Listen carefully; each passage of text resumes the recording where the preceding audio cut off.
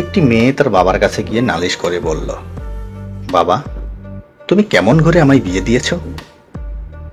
বাবা, কেন, কি হয়েছে মা? জামাই কি খারাপ ব্যবহার করেছে? তোমার জামাই তো 2 মাস পর পর বাড়ি আসে। সমস্যার কারণ তো আমার শাশুড়ি। সারাদিন বলে, বৌমা এটা করো ওটা করো। সকাল থেকে রাত পর্যন্ত শুধুই খিটখিট করে যান। আমার একটুও ভালো লাগে না। আরে, এই বয়সে মানুষ একটু এরকম করে না বাবা? ওই বুড়ি যতদিন পর্যন্ত না মরছে, আমি ওই বাড়িতে ফিরে যাব না।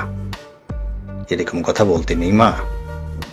তুমি তো ডাক্তার, এমন একটা কিছু ঔষধ দাও যাতে বুড়িটা তাড়াতাড়ি মরে যায়। আমি ডাক্তার, কসাই নয়, এ কাজ আমি করতে পারবো না।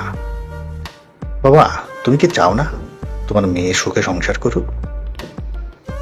বাবা একটু চিন্তা করার পর, ঠিক আছে মা, তোর মুখের দিকে তাকিয়েই আজ আমি এই কাজটা করছি। তোকে আমি একটা ঔষধ দিচ্ছি। ওই ওষুধটা নিয়মিত প্রতিদিন 2 ফোঁটা করে গরম দুধের সাথে খাওয়াবি। দেখবি 1 মাসের মধ্যেই তোর শ্বশুরই মারা যাবে। তবে এই 1 মাস তুই তোর শাশুড়ির খুব সেবা করবি। এটা আমাকে কথা দে। ঠিক আছে বাবা, কথা দিলাম। মেয়ে ঔষধ নিয়ে আনন্দের সাথে শাশুর বাড়িতে চলে গেল। গিয়েই তার শাশুড়িকে মন দিয়ে সেবা করতে লাগলো, আর নিয়মিত ঔষধ দিতে লাগলো। 5 দিন পর শাশুড়ি লক্ষ্য করলেন যে তার বৌমা আগের মতো নেই। এখন সে তার আর কোনো কথারই অবাধ্য হয় না। আগের মতো তার উপর বিরক্ত হয় না, আর খুব বেশি সেবা করছে। 20 দিন পর শাশুড়ি তার বৌমাকে নিজের মেয়ের মতো ভালোবাসতে লাগলো। তখন তিনি নিজেই বৌমার জন্য স্পেশাল মেনু বানিয়ে খাওয়ালেন। বৌমাকে আর আগের মতো কোনো কাজের জন্য না বলে সে কাজটা নিজেই সেরে নিতেন। বৌমার ঘুম ভাঙার জন্য অপেক্ষা না করে নিজেই চা বানিয়ে বৌমার কাছে গিয়ে বৌমার ঘুম ভাঙিয়ে তার সামনে চায়ের কাপটা এগিয়ে দিয়ে বলতেন, বৌমা, চা খাও, দেখো আমি তোমার জন্য বানিয়েছি। কেন মা, আপনি আমাকে ডাকতে পারতেন তো।